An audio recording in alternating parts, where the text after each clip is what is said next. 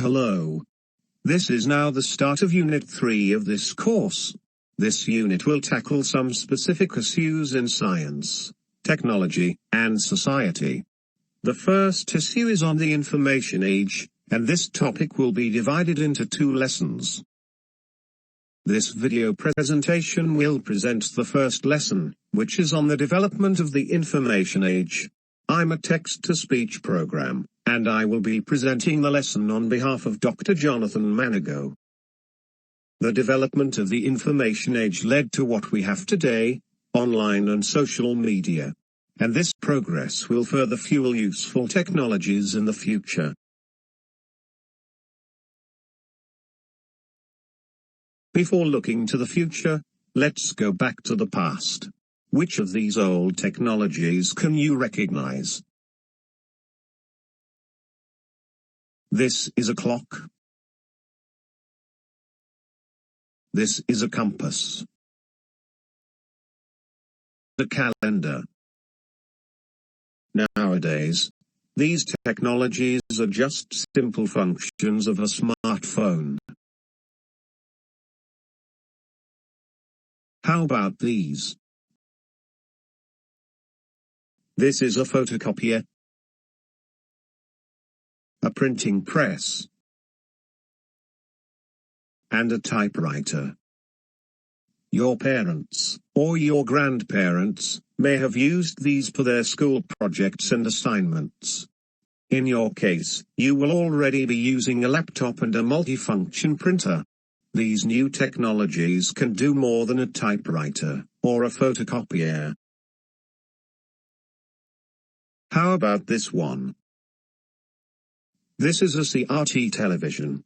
This is now obsolete technology, and nowadays, homes have smart TVs.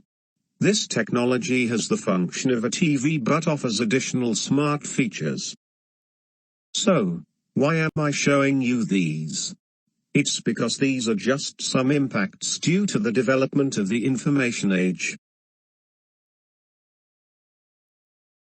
Before we go to how the information age came to be, let's first look at what information is.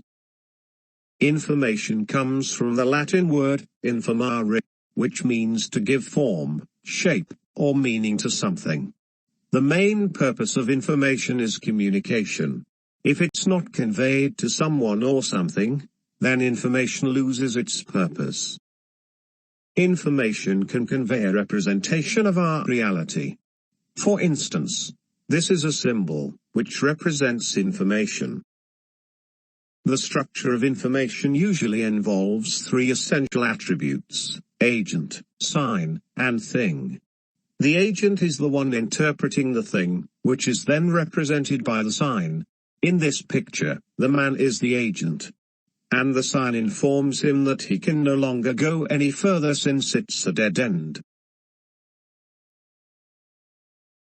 There are many ways of categorizing different information eras. If, based on the difficulty of access and distribution of information, then we can revolve around the invention of the printing press. The printing press allowed the mass distribution of information.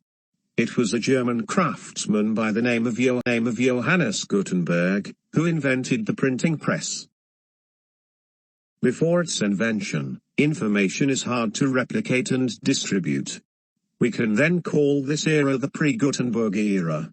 In this age, information is mostly transmitted by word of mouth. Only the elite access information since they're the ones with the power and wealth to do so.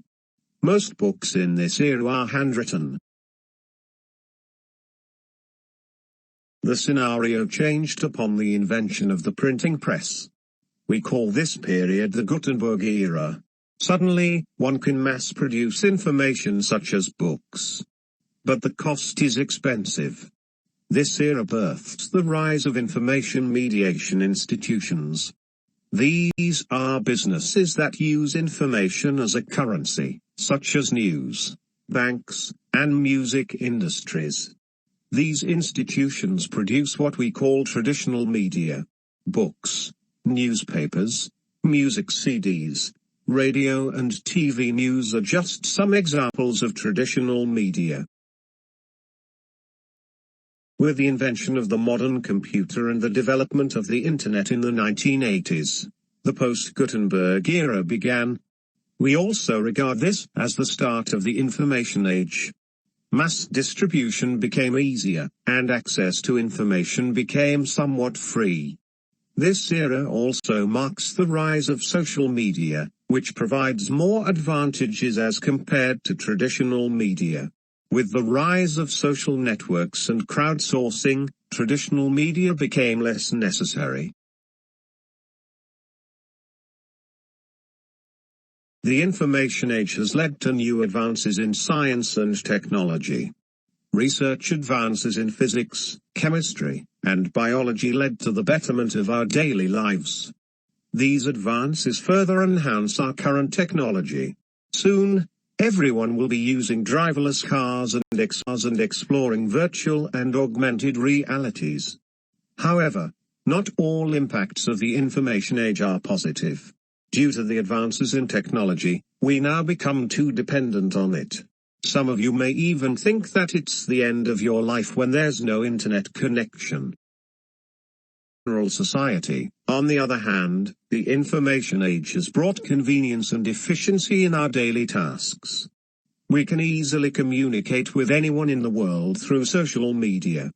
However, many of us are already addicted to social media apps. We will discuss more social media issues in the next lesson.